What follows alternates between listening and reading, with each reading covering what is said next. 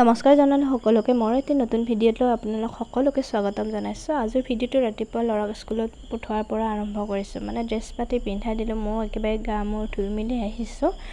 আহি সি কাপোৰ চাপোৰ পিন্ধি আছিলে বাৰু। তাৰপিছতে মোজা পিন্ধাই দিলোঁ আৰু তেল লগাই দিলোঁ, ক্ৰীম ঘঁহি দিলোঁ। তাৰ মাজতে কুহুমীয়া গৰম পানী এগিলাচো খাই ল'লোঁ। আজি মোৰ পাকঘৰৰ পৰা ছুটি লৈছোঁ, কাৰণ আজি দিনটোত বহুত কৰিবলগীয়াও কাম আছে। আৰু ল'ৰাক ওলাই মিলাই পঠালোঁ স্কুলত যাবলৈকে। সিফালে ঘূৰিলে বাৰু। তাৰপিছতে এতিয়া গ'লগৈ দেউতাকৰ সৈতে স্কুললৈ। আৰু তাৰপিছতে মই চাহ খাই ল'লোঁ। চাহ খাই পেলাই আজি ভাবিছোঁ দিনটো যিহেতুকে ঘৰৰ কামখিনি কৰিম বুলিয়েই লৈছোঁ, বাকী একো কাম নকৰোঁ আৰু অকল ঘৰৰ ভিতৰৰ কামখিনি কৰিম। তাকে ভাবি ৰাতিপুৱা উঠি পৰ্দা চৰ্দা খুলি দিলোঁ, খিৰিকী চিৰিকী খুলি দিলোঁ। দি পেলাই এইবাৰ চফা চেটটো অকণমান ঠিক কৰি ল'লোঁ। সদায় যিহেতুকে এইবিলাক কাম কৰিবলৈ সময় নাপাওঁ, মাহটোৰ ভিতৰত এদিন বা দুদিন সময় উলিয়াই এনেদৰে কৰি লওঁ, কাৰণ বাকী পাকঘৰৰ কামত সোমালে মানে এইফালে ৰুমৰ কাম আধা আধি ৰৈয়েই যায় মোটামুটি। সেইকাৰণে যিদিনা পাকঘৰৰ পৰা ছুটি লওঁ বুলি ভাবোঁ সেইদিনাখনেই কামবিলাক হৈ যায়।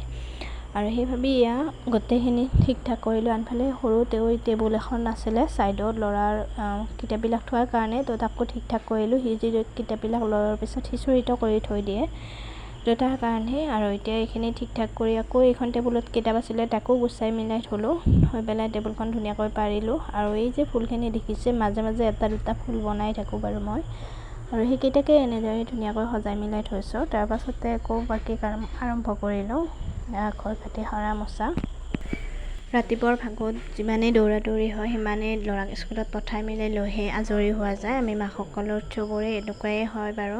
আৰু যিহেতুকে সকলোখিনি কাম একেদিনতে কৰাটো সম্ভৱো নহয়। আৰু এইবিলাক কাম কৰিবলৈকে মানে ভাত আঞ্জা বনাই ল'ৰাক পঠাই মিলাই পাকঘৰৰ সকলো কামৰ লগতে এইবিলাক কাম কৰিব নোৱাৰি, কাৰণ বহুতখিনি কামেই বাঢ়ি যায়। ৰাতিপুৱাৰ পৰা ৰাতিলৈকেতো গৃহিণী এজনীৰ কাম থাকেই, দায়িত্ব কৰ্তব্য সকলোখিনি ঘৰতে যায়। তাৰ ভিতৰতে ভাত বনোৱা, ল'ৰাক স্কুলত পঠোৱা, টিফিন বনোৱা, তাৰপাছতে দুপৰীয়া ভাত বনোৱা, আকৌ আবেলিৰ কাম কৰা, আকৌ আবেলিৰ চাহ ভাত, গধূলি ৰাতিৰ কাৰণে বনোৱা। গতিকে এইবিলাক একেবাৰে সময় নিমিলে। তো তাৰ কাৰণে মই আজি দিনটো ঠিক কৰি লৈছোঁ। আৰু চাৰ্জাৰডালো চাফা কৰিবলৈ লৈছোঁ। চাৰ্জাৰডালৰ পৰা ক'লা হৈ গৈছিলে ধূলিবিলাক লাগি লাগি, তো এইখিনি ঠিক ঠাক কৰি ল'লোঁ। তাৰ মাজতে আকৌ চাটনিও অলপমান বটি দিলোঁ, মাকো হেল্প কৰি দিলোঁ।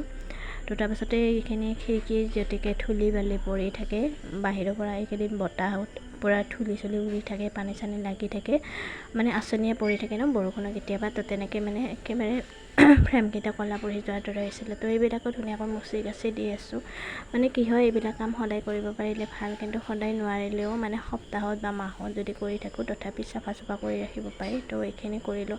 তাৰপিছত আৰু সদায় কাপোৰ ধোৱা কামবিলাকতো থাকেই। তো আধা কাপোৰ ধুই উঠাই দিছোঁ, তাৰপিছত আকৌ ধুই মেলি দিছোঁ। তো আজি ভিডিঅ' ইমানখিনি আছিলে বাৰু। আজিলৈ আহিছোঁ দেই, বাই বাই।